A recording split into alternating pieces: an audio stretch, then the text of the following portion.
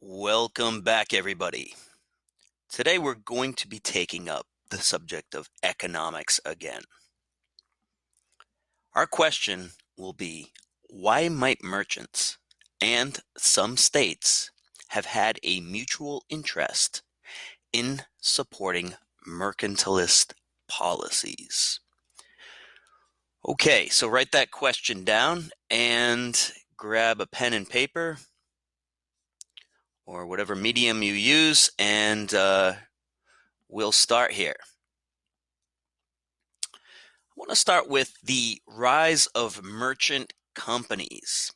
This is kind of a new thing.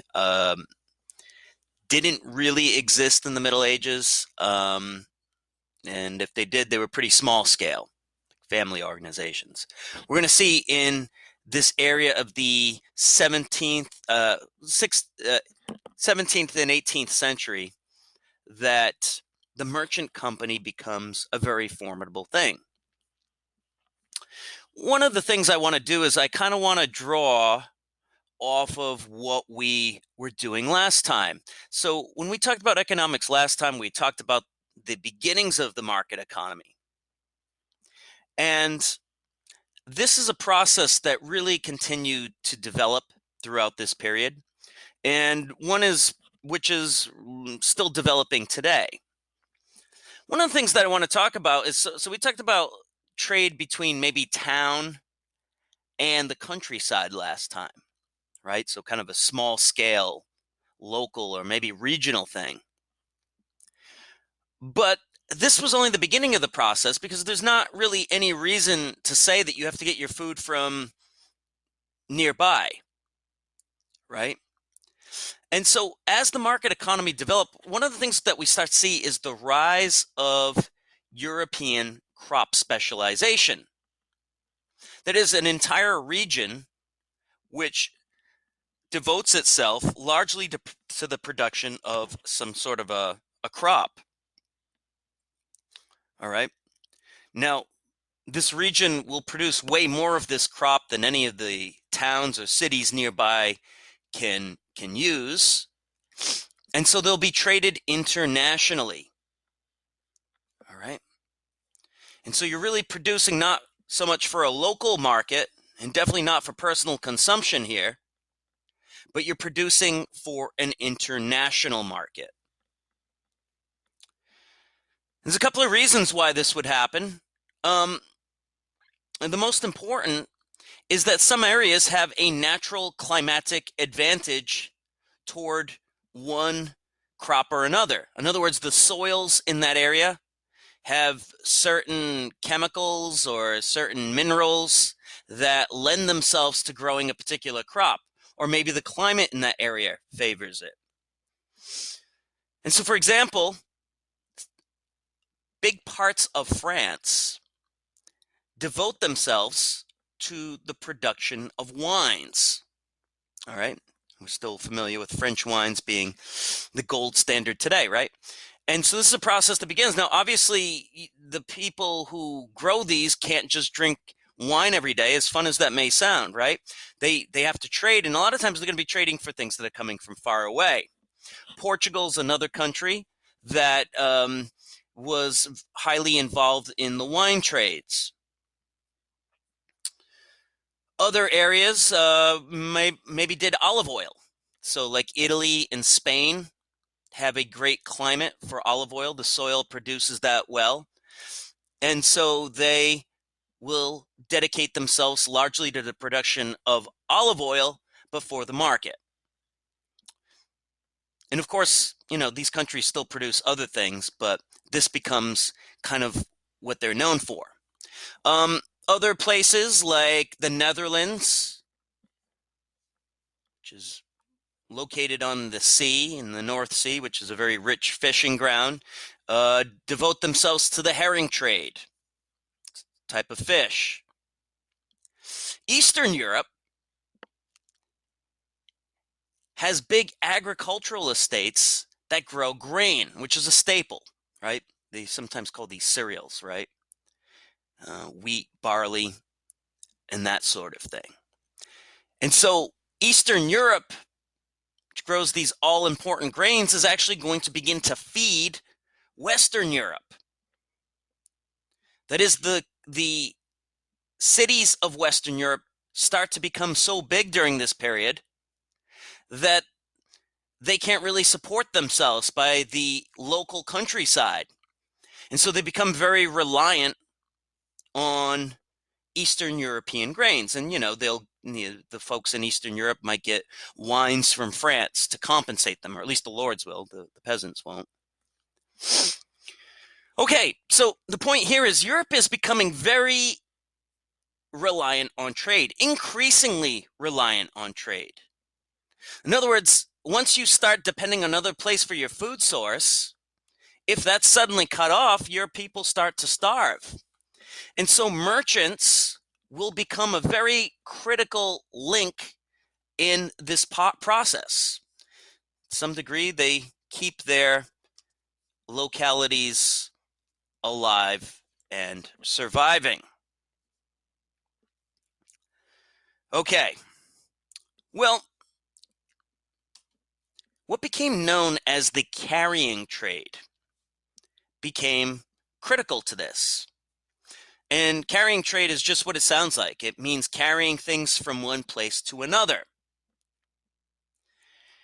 And during this particular period of time, the 15, 16, 1700s, it's the Dutch who are very instrumental in this carrying trade. A lot of this inter-European trade is controlled by the Dutch, the people who live in the Netherlands.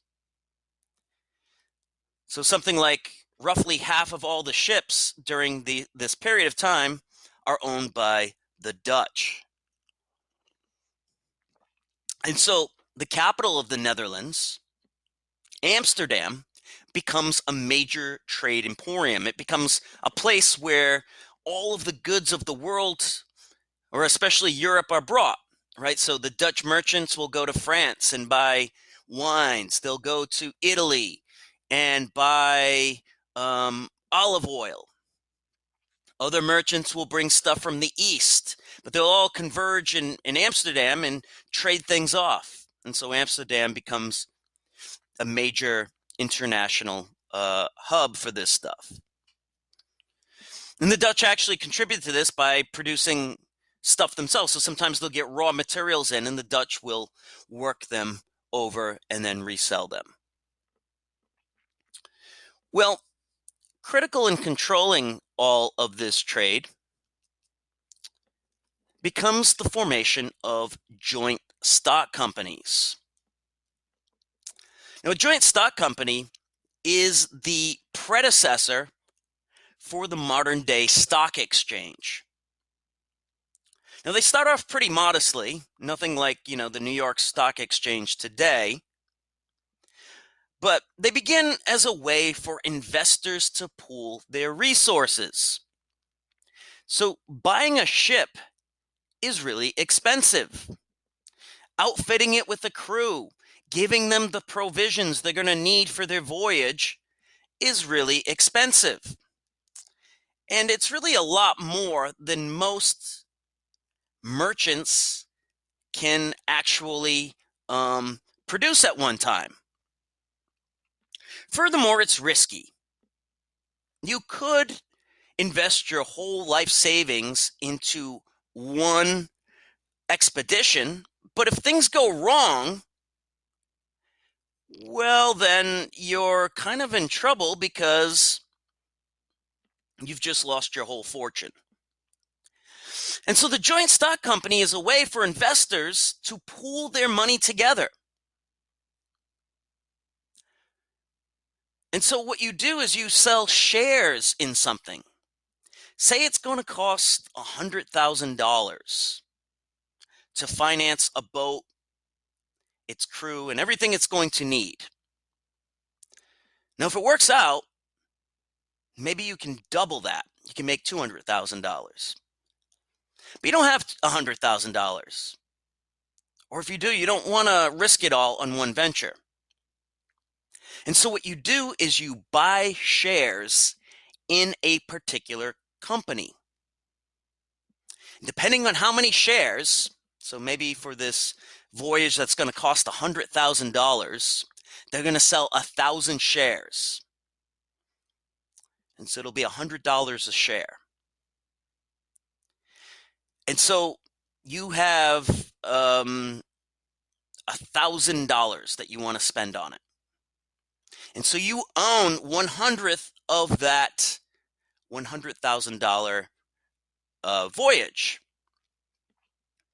Now, if the ship, everything works out and the ship doubles its return, right? So it comes back and brings back $200,000 worth of merchandise. You've now doubled your return.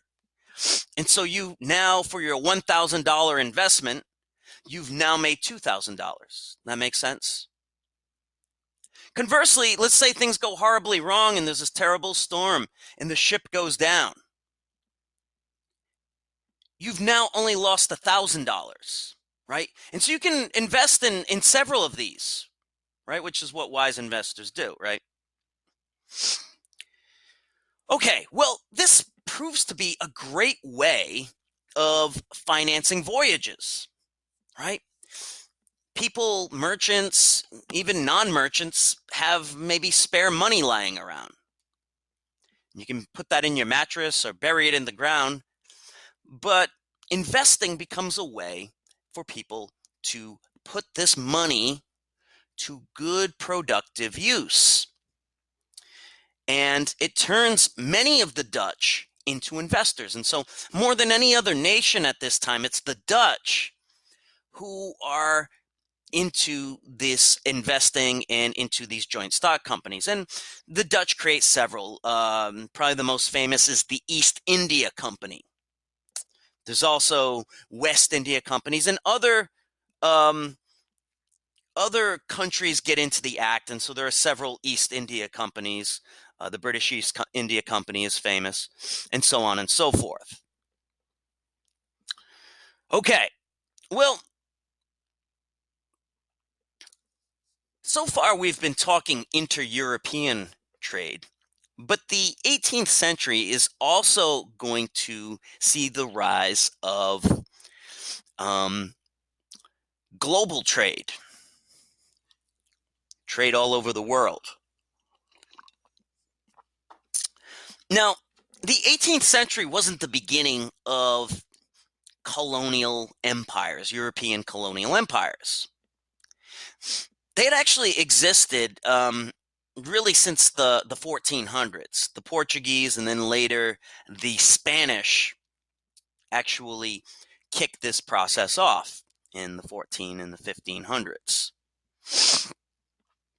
And the Spanish and the Portuguese had established themselves. On this map, the Spanish Empire is in red and the Portuguese is in blue. The Portuguese had started off, they were focusing primarily on the old world. And so the Portuguese had established a couple of places along the coast in Africa, a couple of places along the coast of India, which you can see there, and in what we would call Indonesia, used to be called the East Indies. You can see a couple of little blue dots there. The Portuguese had a small population, probably about 1 million people during these years, and they didn't really have the size, the population, or really even the wherewithal to really conquer any of these overseas territories. So the Portuguese, with the exception of Brazil, which you can see in South America there, never really conquered any of these territories. Instead, they would just set up little trading posts along the coast, and this served their needs well. The Spanish, however, and you can see them there, southern part of the United States down through Central America, and a good deal of South America as well, they established direct colonial control over these areas for a variety of reasons. Mostly because they could. It was pretty easy to overcome the Americas because of their firepower and diseases and so on and so forth. But in the case of Portugal, it was primarily about just inserting yourself in as the new middleman. And in the case of Spain, it was really just gold rush mentality. Go in, get as much gold as possible, and then once that was gone, kind of set up a quasi feudal system. All right, so a lot of South America had a quasi feudal system, one lord, landlord type person over a big population of natives and half natives. And so that was the earlier empires. But the 18th century was going to see the rise of a different type of exploitation. This type of exploitation, unlike earlier ones, was going to center around cash crops. All right. And so, more than ever before, the Americas and those parts of the of Asia that the Dutch and later the French and the English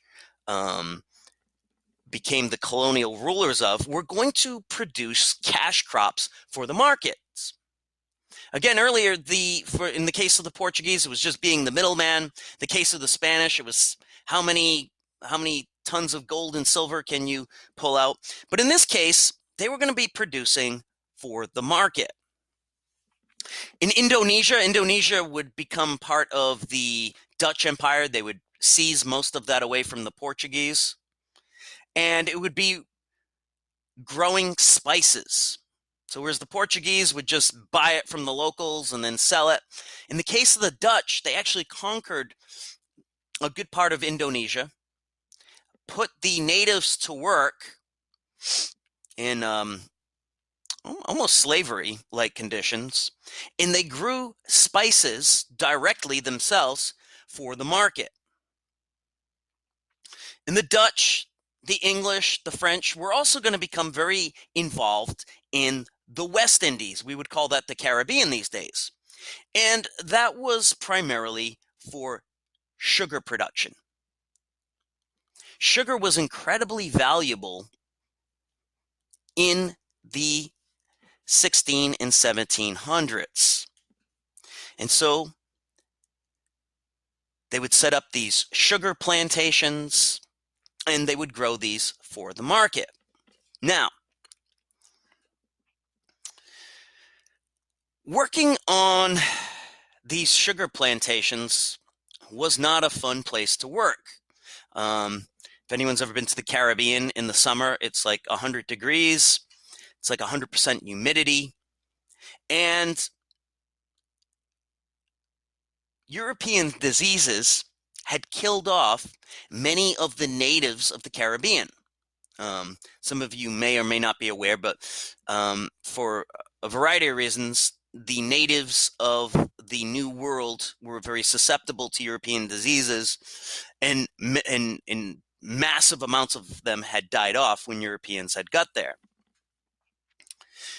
So there wasn't a native population to really work on these plantations. It wasn't a desirable occupation for very many Europeans. And so these colonial masters began to turn to a new source of labor, and the international slave trade was born. All right, or at least the European part of it had existed already through the Arab world, but the European slave trade really began to accelerate during these years. And so African slaves were imported to work on these sugar plantations. All right. This process also saw a massive economic growth. All right. And so all of this trade occurring, all of these raw materials coming in from Asia, coming in from the Americas, saw the rise of the Atlantic seaports, all right, in those countries. So whether it was in the Netherlands, whether it was in England or in France, all kinds of new jobs were created processing this colonial trade. All right. Um, so, for instance, sugar would come in as molasses, and it needed to be broken down and redistributed. Or tobacco would come in bales, and it would need to be broken down, maybe rolled into cigars or into cigarettes. And whatever the process was, all of these commodities would come in, and they needed to be reprocessed. And so these Atlantic ports in Europe really began to grow as a result of this.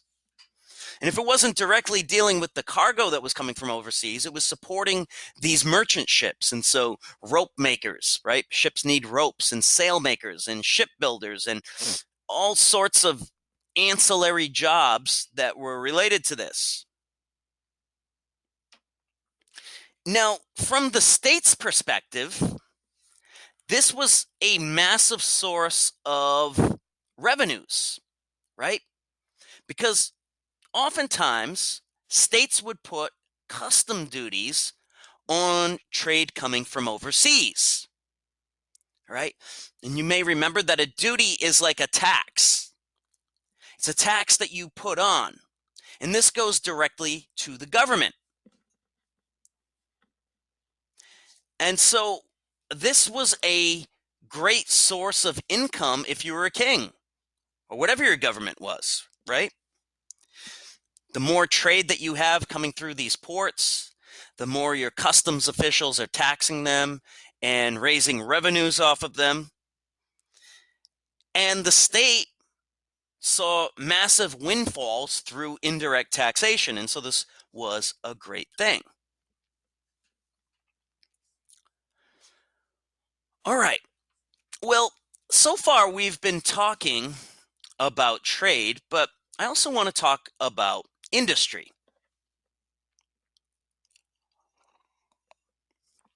Now, you may remember from previous lectures how guilds were set up. A traditional guild, let's say the cobbler guild, right? You're a guild master. You've purchased some leather, nails, and the raw materials that you're going to need to make your shoes. You've got your property. You've got your little home with a shop on the bottom level and a window so people can see what you sell. You've got your tools, hammers and scissors and whatever else cobblers need. So you've got your capital investment there. And lastly, when you sell this, because you're selling it directly yourself, you make a profit off of it. And so that's the guildmaster, right? He's small, he's independent, he's a craftsman. Well,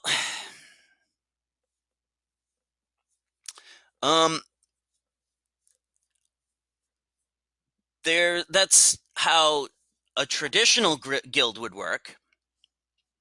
But that is and that works fine. If we're talking about that particular industry, maybe shoemaking. But some industries are much more complex. Let's take the textile industry. All right. Textiles are very important.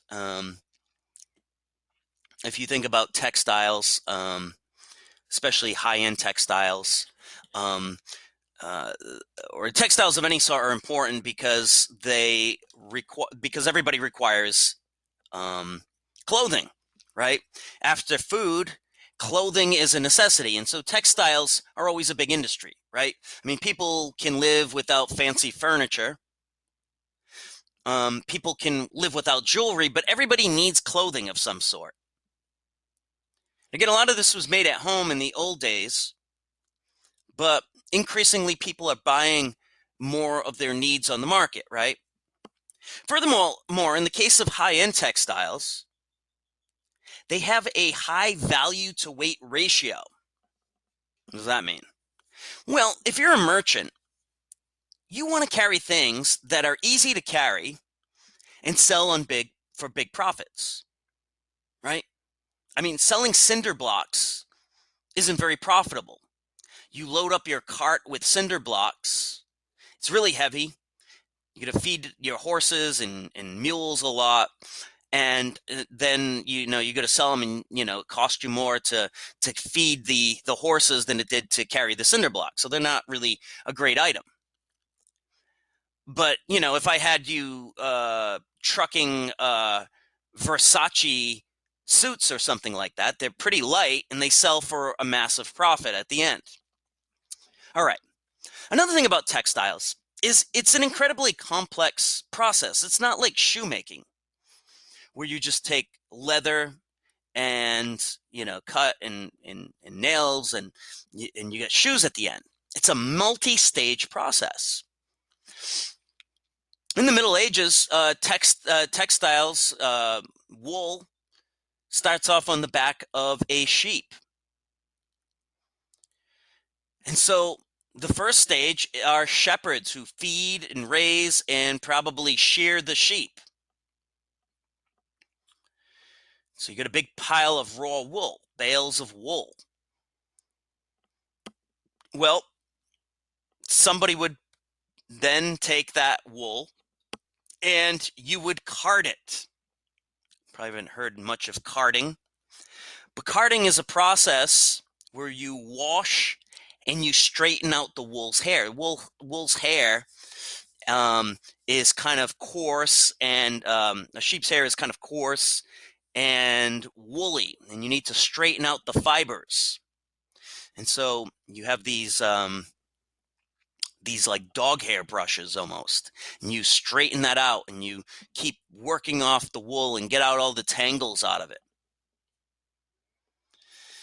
Then once you have this carding process done, the wool's all straightened and cleaned, you send it off to be spun. It needs to be spun from a big pile of hair into thread. Then from there, you have this thread. It needs to be weaved. There's a special machine you can see in the lower left-hand corner here. This is a loom. And you take multiple threads and you weave them together with this machine. But you're still not done, because then there's another step called fulling, right? Wool shrinks. It's rough. It has lumps. In the fulling process, you pre-shrink it. You beat it with hammers. And this keeps the wool nice and thin. If it's particularly furry, you might want to shave the nap off of it a bit. And so you get a nice even piece of fabric. Still not done though, because it's just going to be the color of the sheep hair. And if you want to have a nice color put into it, it needs to be dyed. All right. And so unlike some simpler occupations, textiles are very complex. There are many stages along the way. And this really lends itself to merchant coordination. All right. And so, unlike other industries in which the guildmaster will go out and he will buy his raw materials and make a finished product, in the wool industry, merchants are much more active because they're kind of the coordinators of this. And so what merchants begin to do is they begin to try to do this as cheaply as possible. Now, in the old days, guilds would be heavily involved with this. And so a merchant might buy his wool overseas, and then he has to send it to a carder. And then he sends it to a spinner, a weaver, a fuller, and a dyer. And traditionally, he would have to deal with all of these different guilds and their regulations and their hours and all of the things that they would do to try to protect their workers. But what merchants begin to do, as trade begins to really develop, is they begin to turn to what is called the rural putting out system, or sometimes called cottage industry. Now, it's the same steps in the process, but rather than using guild labor, what you do is you use peasant labor, right? As trade becomes more international, this becomes possible, right? And so rather than going to the weaver's guild, you take your wool and you bring it to a peasant's cottage. And there, as a family unit, the peasants will work on your wool for you. And then later, you come and you pay them a wage, you pick up your wool, and maybe you bring it to the next process. All right, maybe a different peasant who will dye it for you or full it for you.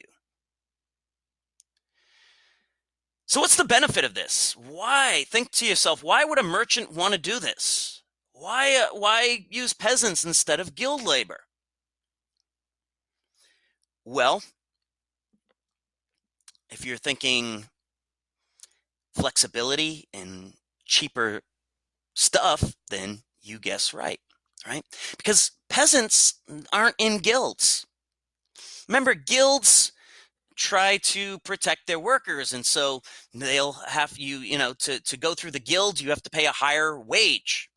The guild has regulations about what can be made, about how many hours their workers can work.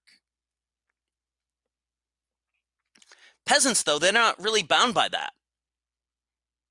And so you can negotiate cheaper wages with them, right?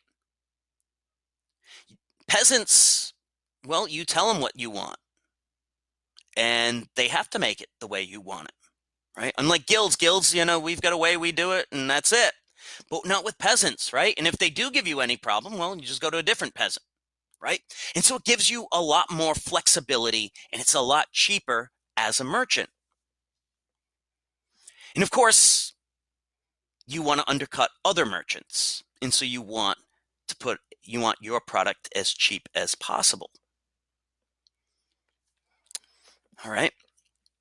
Furthermore, you may have noticed, if we're talking property, if you're thinking in terms of property,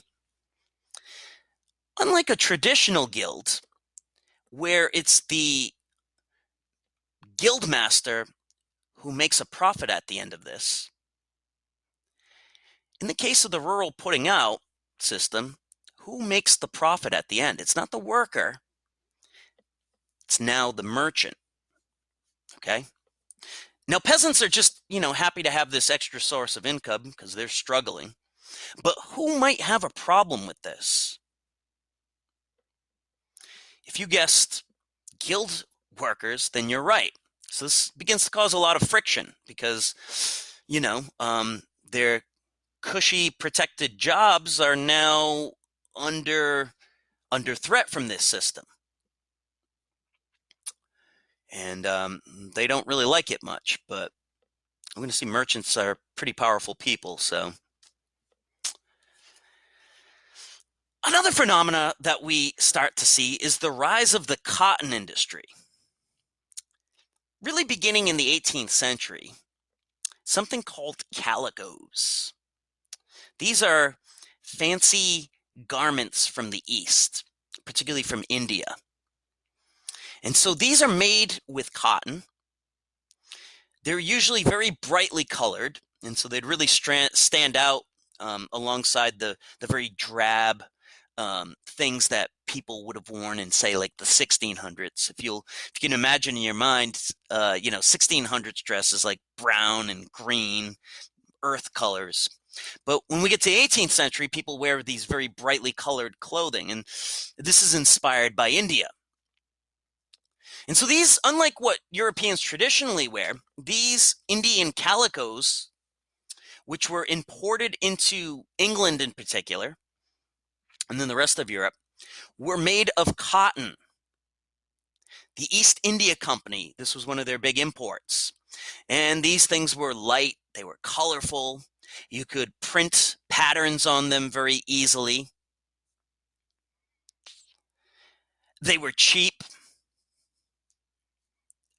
and they were washable. It's a lot easier to wash cotton, apparently, than it is wool. Furthermore, they have a much bigger worldwide market than wool does. Wool is great if you're in Northern Europe, where it's damp and cool and rainy. Wool's really nice, but the majority of the population lives in, especially back then, lived in warm tropical or semi-tropical areas. You think of the populations of China or India, the Middle East, Latin America, right? These are all warmer places. And so light cotton fabrics would have a much greater appeal to these people than heavy sheep hair. And so these became very popular in England and in Europe itself. All right. And so the East India Company began importing these calicos into Europe. And they became so popular that the wool industry began to become concerned. People weren't really buying wool like they were. And so many wool manufacturers and wool merchants became concerned. And so they used their influence in the British government to outlaw the importation of these calicos. It was called the Calico Act, early 1700s. But the act of Parliament that outlawed these only outlawed the finished product. So they only outlawed bringing in calicos from India. What they did not outlaw was the importation of the raw material, which was cotton. And so because people still wanted to buy these calicos, but they couldn't buy them from India anymore, a native British cotton industry was born in the early 1700s. British producers began to manufacture cotton clothing. And they were soon, because of their organization and their tools, they were soon able to outproduce even the Indians themselves. And so rather than buying cotton cloth from India, the British imported cotton from India and soon elsewhere, and began to export it not only to India, but even to other places. And so the British cotton industry, and this is going to have a long and important history, but we introduce it here. All right.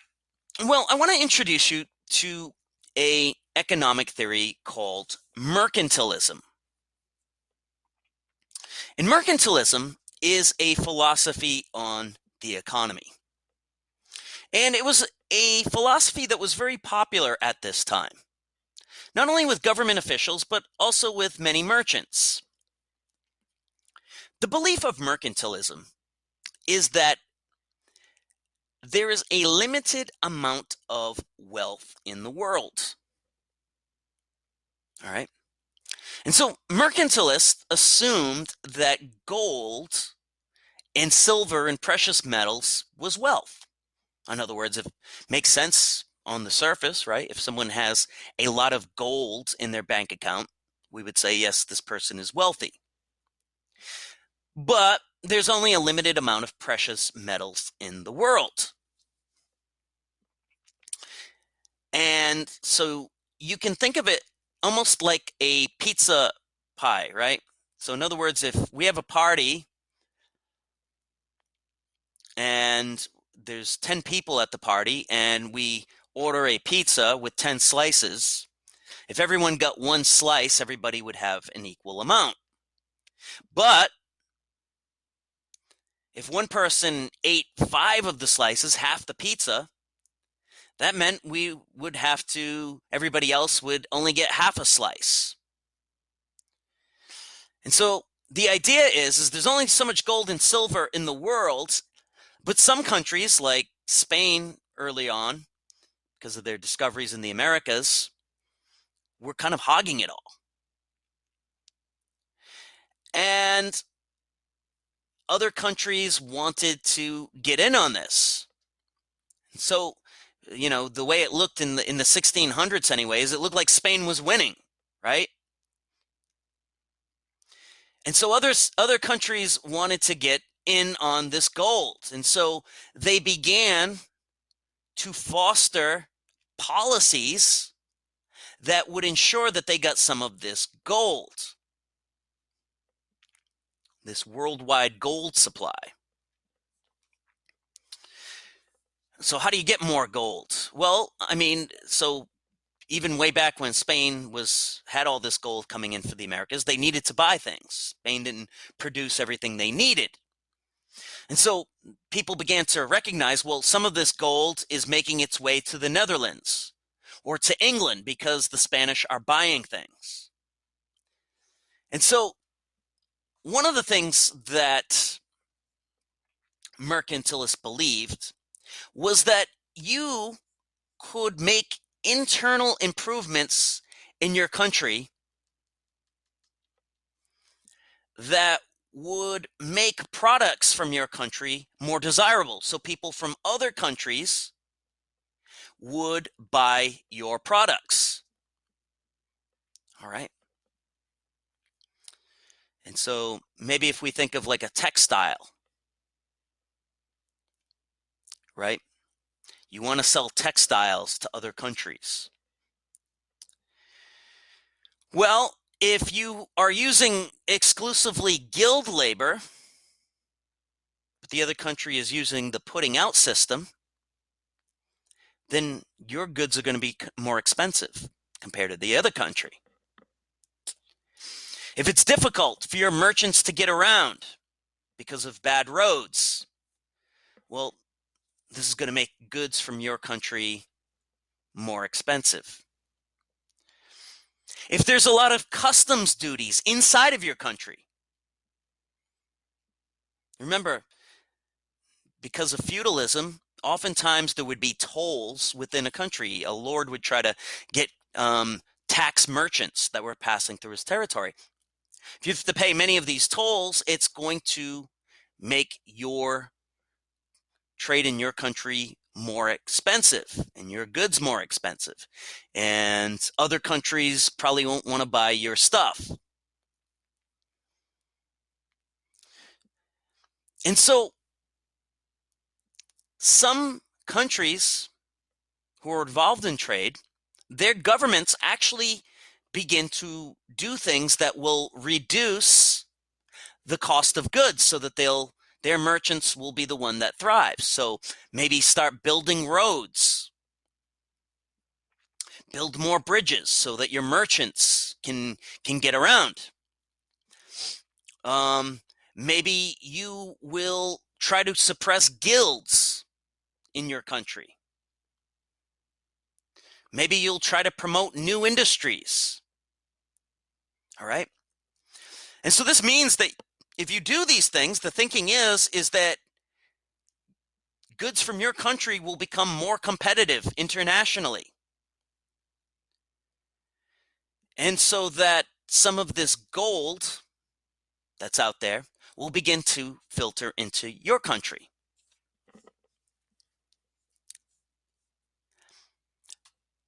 Another thing that you might do is try to protect your own merchants. All right, this is kind of like an external thing. And so what you will want to do is you'll want to put up big customs barriers to foreign goods coming into your country. All right, so other merchants might come to your country, merchants from other countries, and they'll want to sell to your people so that they can get rich. And their governments will like this because it means gold from your country is going to theirs, and now they're winning. And so what kings will do is they will put heavy taxes on merchants from other countries, goods coming in from other countries. This will protect your own merchants. Their local goods will be cheaper, and so your own merchants will be happy with this. And you'll also be making money off of it as the state because you're taxing something, right? So that tax money is going into your coffers. And you'll also be preventing this gold and silver from leaving the country. All right. You also might want to use your navy to protect your merchants in an international dispute. Maybe, there's something going on in the Caribbean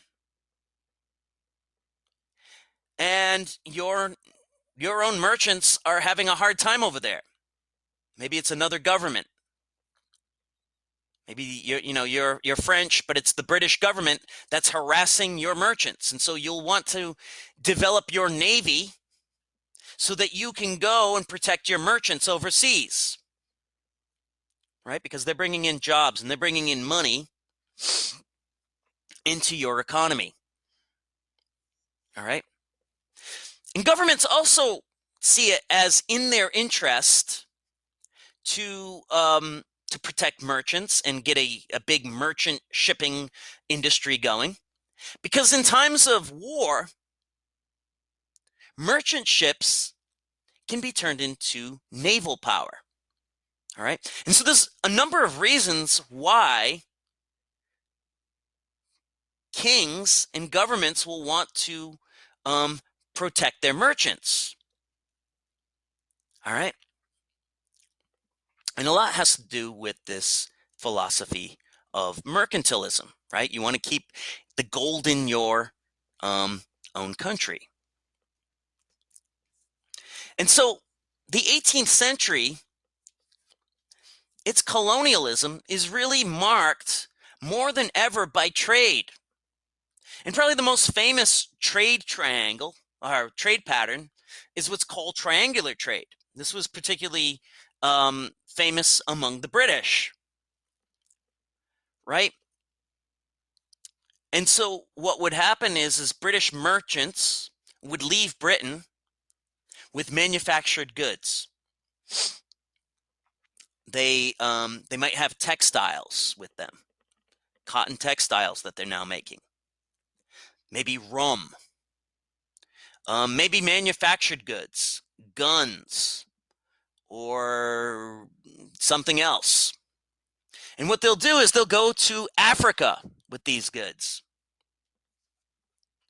And there they will meet with local African chieftains. And they will negotiate. And they will trade these manufactured goods to these African chieftains for slaves. And so the transaction will be made and the slaves will be loaded onto the ship. And from Africa, they will disembark and they will go to the Caribbean or perhaps to the southern United States, which isn't the United States yet in this period of time, but the southern colonies.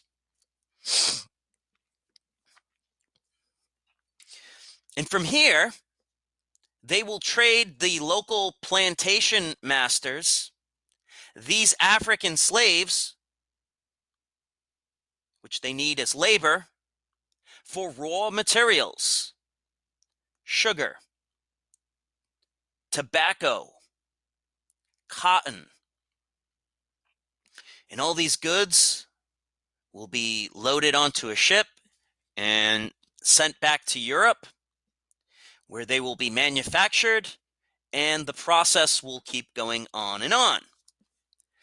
But I want to emphasize that this was just one trade pattern. There were many, and there were several colonial powers involved in this business. The French, the Dutch, the English, Spanish, Portuguese, right? To one degree or another, they all had this giant trade pattern, their own trade patterns going. All right.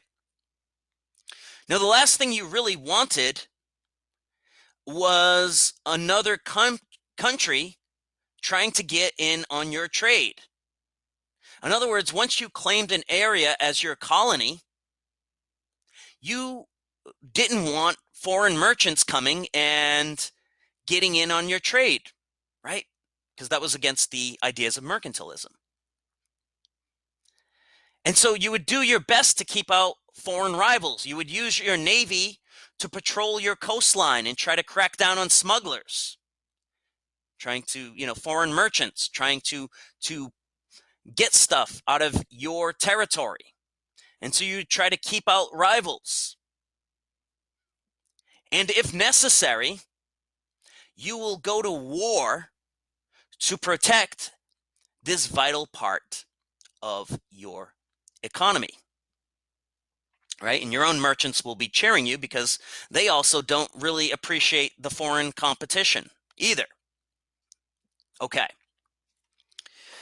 Well, what I would like you to do then is I would like you to answer this question. Why might merchants in some states have had a mutual interest in supporting mercantilist policies? All right. So both state and merchants like this idea of mercantilism to some degree. All right. So answer this question in our discussion forum, and I'll see you next time.